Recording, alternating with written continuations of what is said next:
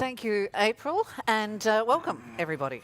Well, we talk about wine and Thanksgiving. I think we should be giving thanks for the South Australian wine industry. So let's jump into it. And I think, I know you've got the bios or brief bios on the table, but I thought we'd start by getting everybody just to introduce themselves and to tell us about your role and your organisation. So, Ben? Okay, yep. So Ben Schwartz, I'm the CFO at Bird in Hand up in Woodside. We're a small, becoming medium-sized winery. Just to give a bit of with scope. Very funky bottles. We do, yeah, funky bottles, yep. We sell about 130,000 cases, a dozen a year, so if some people in the wine industry might get a feel for what that means in size, crush about 2,000 tonne of fruit. And we've grown rapidly over the last 4 or 5 years. From when I started, the first year I was with them was 2014. That year we crushed 800 tonne. And obviously this year we crushed, strangely enough, 2,018 tonne exactly. Oh, wow. In 2018. Not planned, it was just how it worked out. Great milestone. Mehdi, what about you? My name is Mehdi Dorudi. I work for the South Australian government, and our department, we have multi-functions, number of different areas. One area is legislation, regulation. We make sure that, for instance, our fishing stocks are in sustainable way, our food is safe, our agricultural products are safe and sound from pests and disease. The other part of the department is running research and development, innovation. We do all the research that it needs to be done in collaboration with funding bodies, Commonwealth, the state, and universities in terms of delivering the next level of technology back to the industry. And there is a third element to our department, and that's industry development and market access. To the best of our ability within the department, with the intelligence that we have that comes from primary industry sectors, we help other agencies of the departments at the state and Commonwealth levels and work closely with industry associations, in particular, for instance, wine. So we are to make sure that we help and support industry into its future development. Sounds good. Julian, what about you? Yes, so I'm working with BDO, BDO Econ Search.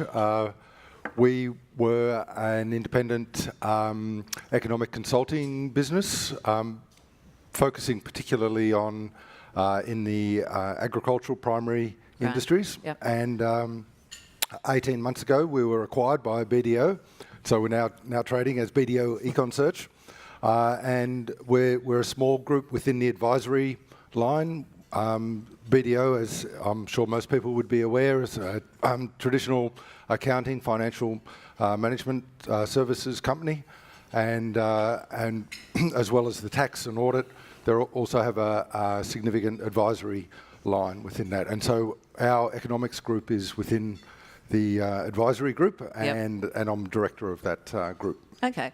So, Julian, looking at, it sounds like you look at a lot of data and a lot of numbers. How healthy is the agricultural sector in South Australia, and in particular, clearly, the wine industry? Wine industry, yeah. So the industry has been, the agricultural industry has been growing quite steadily over the last decade or more. I think in the early 2000s, maybe $12 billion was the gross value, and last year it was around 20 billion. Right. So of course it fluctuates according to seasons and market prices and all of that. The wine industry has been up and down over that period, and because of the partly the oversupply and exchange rate. A decade ago that had a real dampening influence on the industry. So we saw a dip, but it has been growing quite positively in the last few years. And clearly we'll talk about, pricing and where that comes into it. But at the moment, I think we're the world's 5th largest wine producer behind Italy, France, Spain, and the US. Where do you see that trend travelling? Well, I understand that the world grape production was at the lowest level in about 60 years. last year. Wow. So so while the Australian industry is growing, albeit slowly, Yeah. at the moment, that there is if that continues, of course, there's opportunity for that ranking to improve. But there's a lot of other countries out there that are doing similar things to Australia, and so it's a very competitive international market. Absolutely. Mehdi, I was going to ask you, what are the challenges in particular for South Australia? I mean, we do have the tyranny of distance. You know, we do have to get products, as we're doing a lot more into China and Asia. Tell me, what do you think the challenges are that we're facing? I mean, wine industry, perhaps like any other primary industry sectors, global competition is one of the major challenges, no doubt about it. It's important to maintain a premium and standards that the industry has. We are the largest producer of premium wine, needs to be maintained into the future. It needs even to be taken into another level, we call it, from premium product to a luxury product.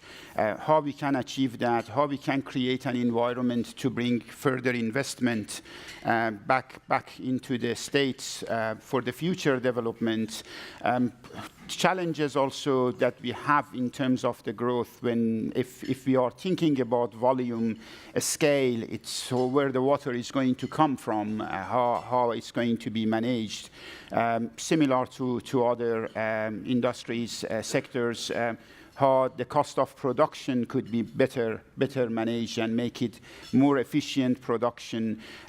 In terms of Southeast Asia or the distance that we have, or that hasn't been changed obviously over over years, and it's not going to be changed. It's just a matter of, again, market access, influencing the market that you can take your product in, try to produce and deliver something that is beyond those other places that they are in closer proximity to those markets. They are the points that from our perspective we need to be mindful of and collectively work towards. Absolutely. Ben, as the CFO of obviously a very successful company, I was interested, there was a report in July 17, a snapshot that talked to 81 producers around South Australia, and they said, yes, we're confident and yes, we're buoyant, but the real challenges for them were in costs, and that was about energy and labour. How do you reflect on that? Yeah, no question. That's cost is something you have to manage all the time in business, but that's not different for anyone else. So I think the more important thing to focus on is what Mehdi was just talking about as well, is actually pitching what your product is and what you can sell it for. So our philosophy has more been on ensuring we're a premium product, we offer an experience, we focus very much on actually driving the value of our product above what we can't control. So as far as labour rates, yeah, we're in a controlled market. We're in a market where there's only so much we can do. We can utilise our labour better, but as far as rates go, we don't have a lot of say in it. And energy is the same scenario. Again, we need to look at forms of renewables and how we can control costs going forward, but there's not that much you can do. Our focus is more on ensuring our product is positioned properly so that we can draw the maximum dollar for it. We're not really focused on driving a whole lot more volume. We always want to drive volume. Yeah. It's more important where at the premium end and our product value is increased. And I ask this respectfully, but it's interesting because Bird and Hand, I think, has been very skillful at creating, and used the word before, experience. And so with a lot of those large events that I know you've done, and I've been to some, we've got a property around the corner. Yep. It's interesting. Clearly that's a very deliberate diversification. Our whole philosophy, I mean, you're in an industry that we talked about is extremely competitive. Yeah. You know, like, and you don't want to downplay it, but there's a lot of people that can make exceptional wine, and they do in South Australia especially. I think we make the best wine in the world here, and we've got the best regions. So you need to have points of differentiation. Our philosophy at Bird and Hand has always been to deliver an experience. Wine is the cornerstone of it, but it's very important that Bird in Hand is more than just the wine. It's an experience. It's a combination with the arts. It's a combination with art, with food. You want an experience, and that experience, if that experience is right, which we focus very strongly on site, that ends up driving the value of the brand, and that drives sales of product. Absolutely. Medi, South Australia is clearly Australia's largest producer of wine grapes, 51% of total production 2015-16. Are we in a healthy state looking at what we're trying to do? I know there are a lot of growers here who are very much looking at China as the market. There's been some really interesting activity in the USA and a little bit more to other areas. Where are you seeing that we're tapping into now? About 7-8 years ago, I remember I was approached by Grape Growers Council, and those days they were saying how we can do something to diversify from grape production to other horticulture to be able to achieve more, because we had grape that was not going to be obviously fully utilized for wine. Today, the story is different. I can see not only they are all gone, I hear that they are gone in a reasonable price as well. A number of things helped here, I think. I mean, I was talking to Sean Edwards there, and the free trade agreements influenced greatly in terms of the change and pattern that we see today.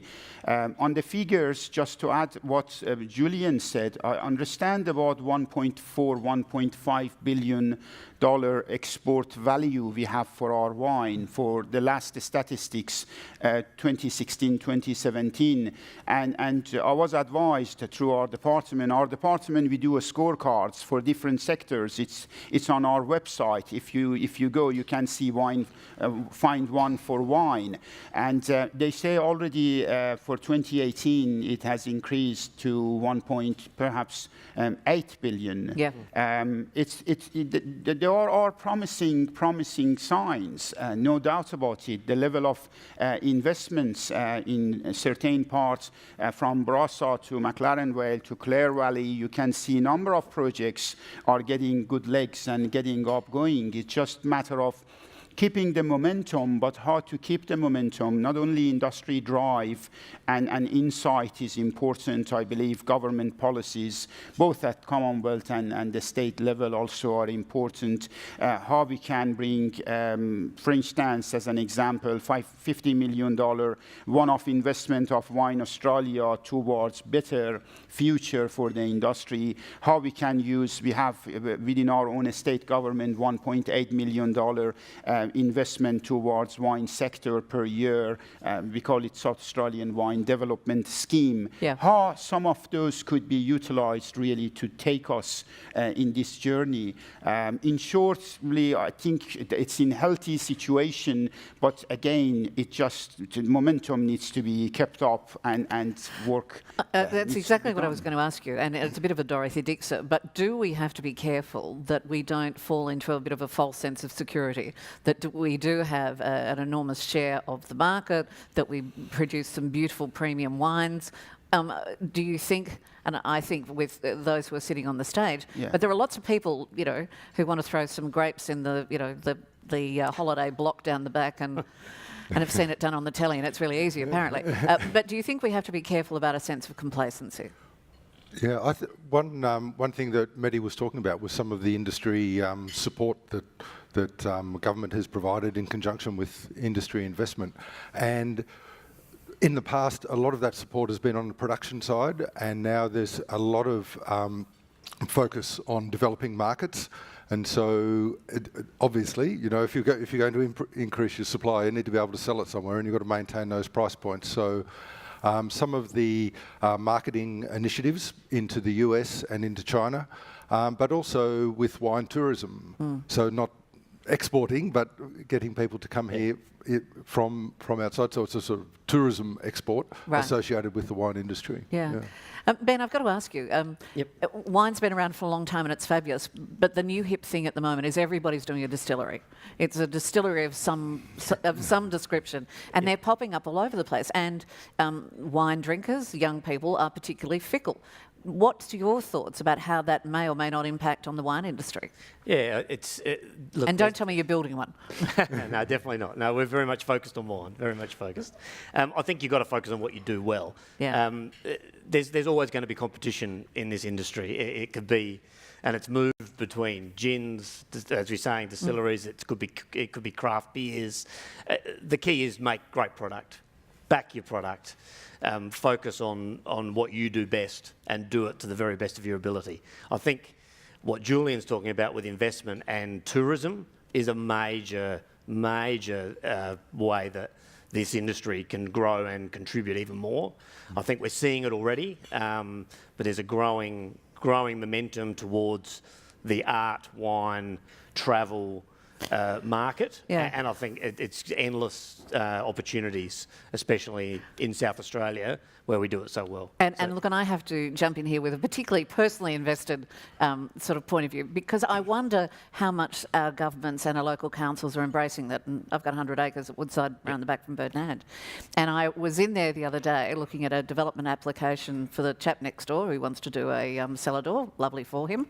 And I want to put a little very tasteful accommodation up the back of my place. And I was talking to a planning person, they just went, no. I said, I'm sorry, and they went, no, everything where you are is non-compliant. I went, well, yeah, but if the chap next door can put a cellar door in, and lovely for him, and she said, well, that supports his primary purpose. And I said, well, I've got grapes, and they're my primary purpose, so why can't I put accommodation in? And she just went, no, it's non-compliant. And I thought, here we are as a state trying to grow the industry. There is a dearth of accommodation, and I'm not talking a 14-storey hotel, but something, quite cute up the back.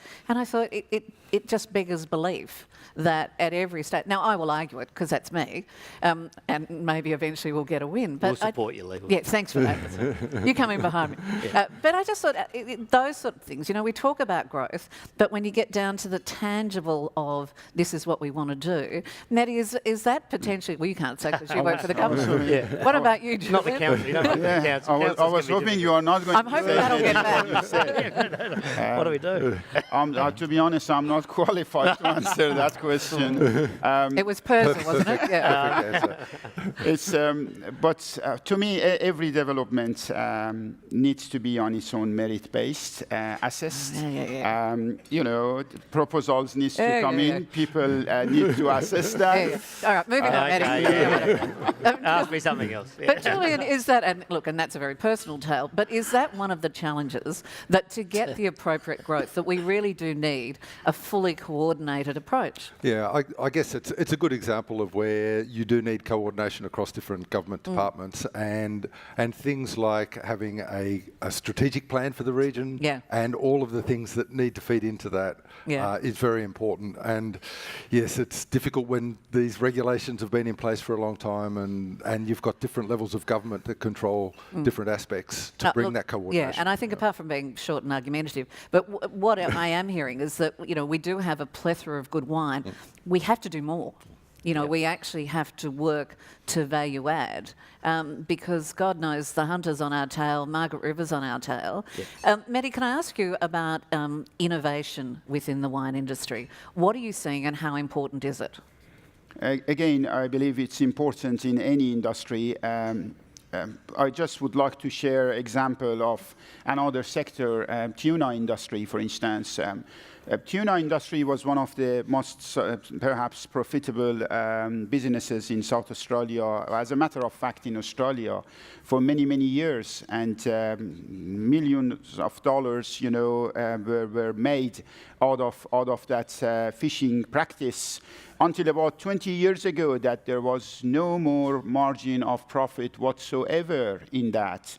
And then all of a sudden, one of the fishermen decided to tow the fish and bring it, under some obviously licensing arrangement with the South Australian government to Port Lincoln water and grow that fish for 6 months, fattening them and making them double in their size. And then brought, again, profitability back to the industry. And this has become a norm over the last 20 years, that fishermen go to the bight, they catch the fish, they tow it back to Port Lincoln.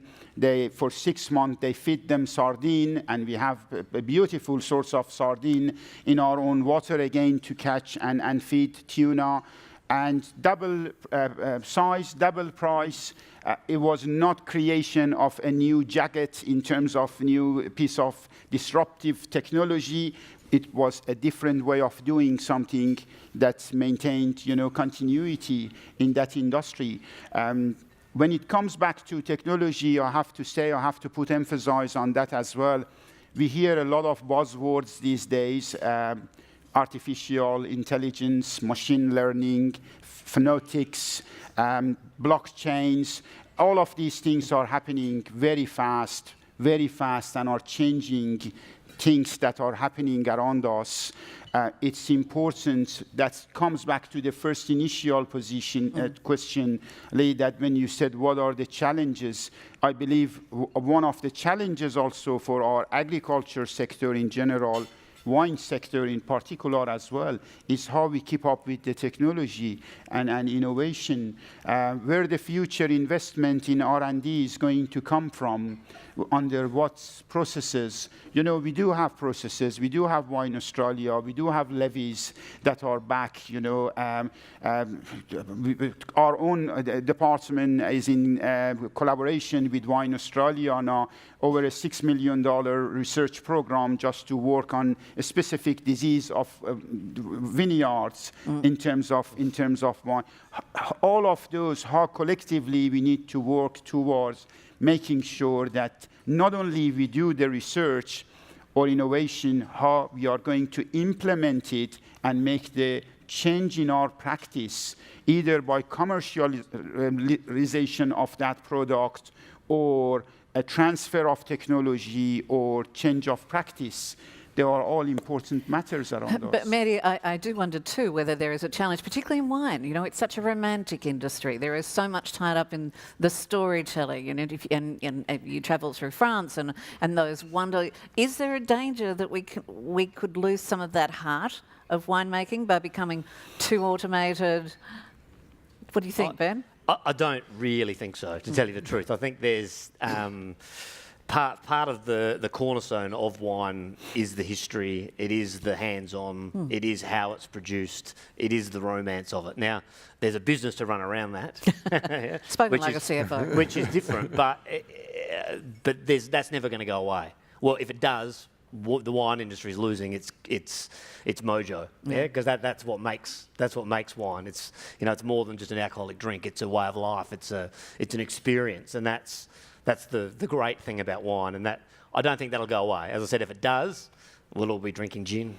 Can I just add something? While I accept that, Ben, absolutely, completely, but I would not be surprised in future, rather than wine critics, a robot is going to do all the testing, and come back and say, what's the standard of that wine? Well, you get more consistent results, more consistent skills.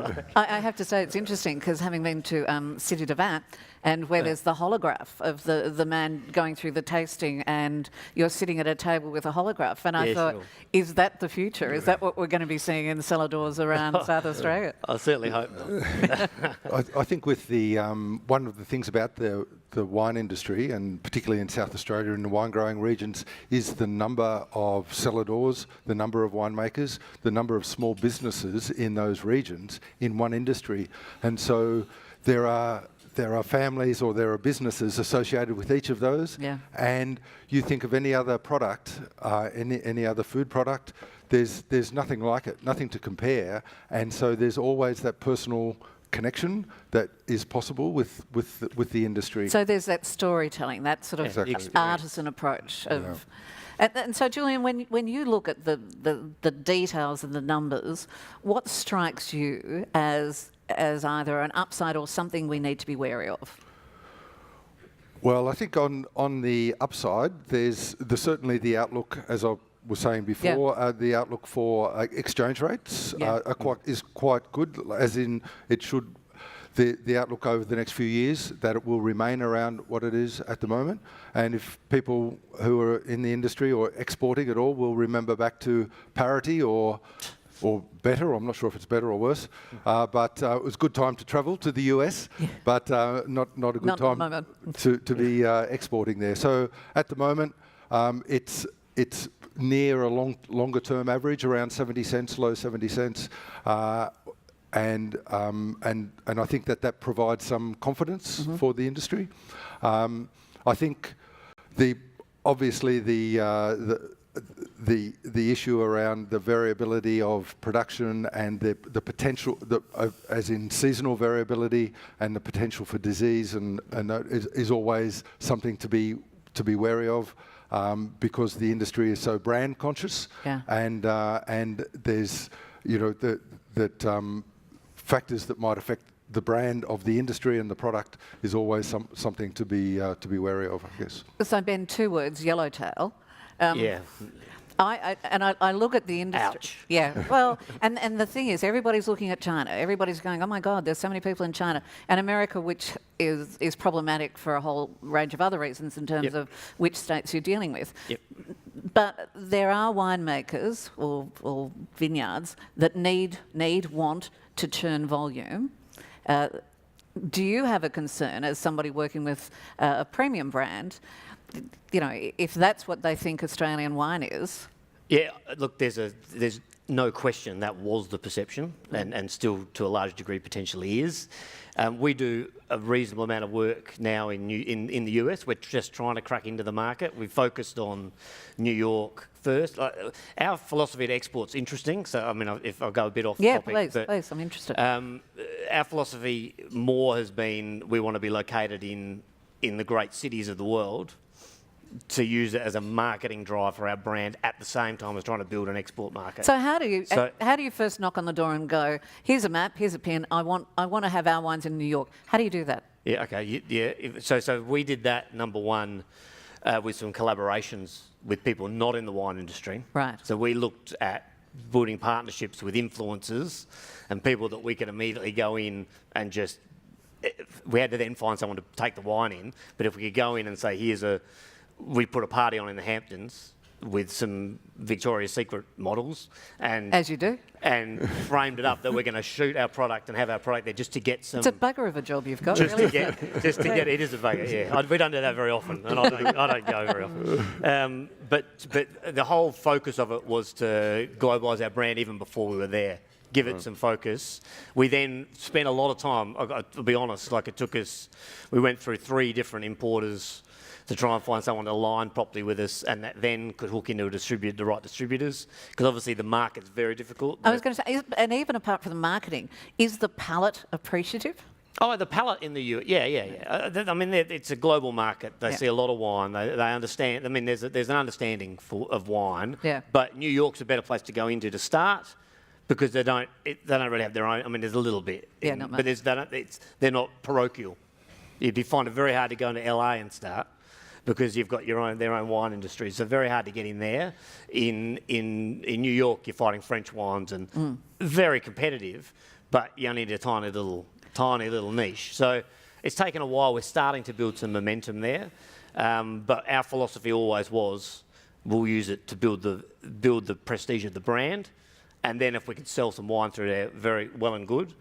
With the current importer we have, who's working with Breakthrough Beverages, who are a large distributor in the US, and we've just got a contract into Disney. So that will give us some volume through the US. Again, it's not a guarantee, but Disney have 300 outlets, and it means if they take it on, suddenly we might get some volume. So it takes time, though. It's taken us 3 or 4 years of very small volumes, but you've got to go in understanding that's where that's the philosophy. It's the long game. Yeah. So New York, what's next?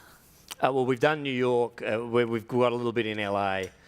We're now in Florida. We've been down to Florida and Miami, and that's where the Disney contact came from. So why the American market as distinct from the Chinese, for example? Okay, so a few important things there. So China, we went into early days, to tell you the truth, and we moved away. It was just a relationship we had a bit by chance with a guy who was in logistics that had a lot of Chinese fella with a lot of money, decided he wanted to build a replica cellar door in Dalian province, little seaside spot. So we had a relationship there 6 years ago. We moved a fair bit of wine, but the Chinese really only drink red wine. They don't have a palate. The palate only accepts red wine. There's not in the greater Chinese market a demand for white wine. Now, at the top end, when you're in Beijing and Shanghai, there's places, but if you're looking for volume, the volume through China is red. Our key cornerstone are white wines. It's sparkling, rosé, Sauvignon Blanc, which we make all our volume of. So China doesn't really align for us at this point in time. The market will develop, I think, and at some point it may, but the US does. The US suits perfectly. It's a sparkling Pinot. It's just been a real hit. Like, it's been a winning product here, and it's just not a product that's got a lot of competition. So when you actually can put it in front of people, it gets a very good response. And we've got that same response in the US. It just takes a long time to get it out and get some momentum. Absolutely. London's the next market, and that's what we're in there as well. That was the next stop, and we've now got. So it's Meghan Markle. What's that? Meghan Markle, if you can't. Yeah, that's right. Yeah, that's exactly. Yeah, combine them up. But London's is where we're into now, and again we've got a really good listing there with Waitrose, which is a big supermarket, and that's great because that's got volume in.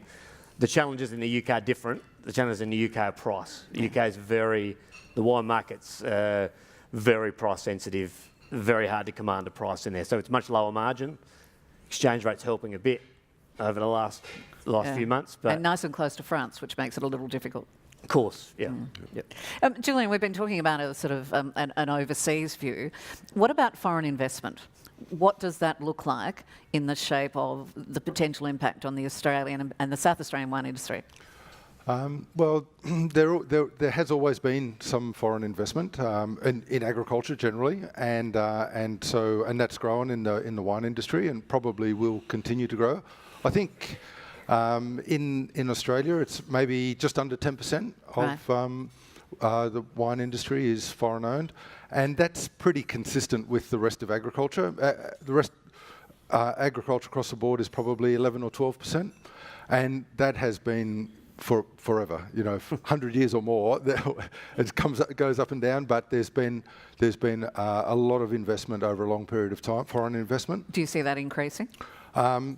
Well, certainly as the exports as a percentage of production increase, then there'll be increased interest from people in the export markets to be investing in the industry here in Australia. Because I'm just thinking, given there's been such a concentrated focus on breaking into the Chinese market, that some of that interest will come back this way. Yeah, look, a good parallel is in the beef industry. Yeah. And with the liberalisation of the beef industry back in the 1980s, it was a very controlled market, quotas, and a number of Japanese firms, about 30 Japanese firms were allocated quota by the Japanese government. Right. They liberalised the market, and then suddenly these firms, some of them were the big trading houses, some of them were meat processing companies.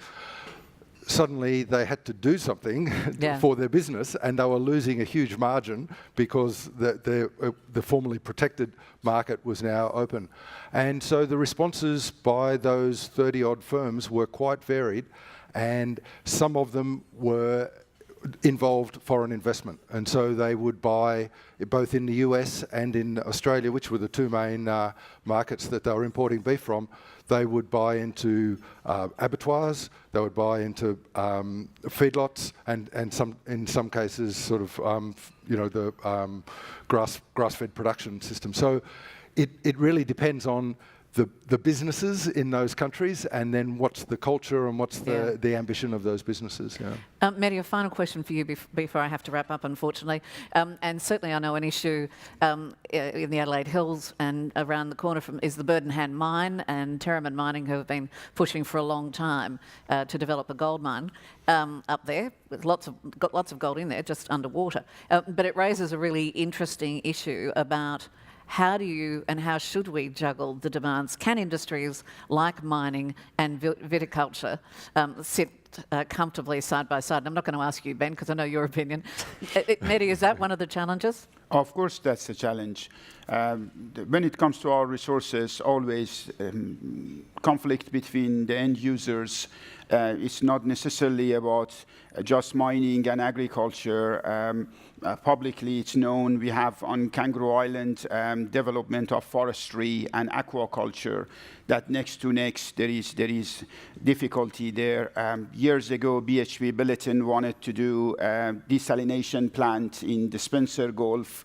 Everyone was up and down about, the impact, rightly asking questions about it. You are not going to like my answer again, I have to say. But I always like your answer. But all of those things, there are development assessment processes in place. Yeah. We need to go through those processes, needs to be looked at, needs to be given the chance to every single stakeholder to provide input into that process.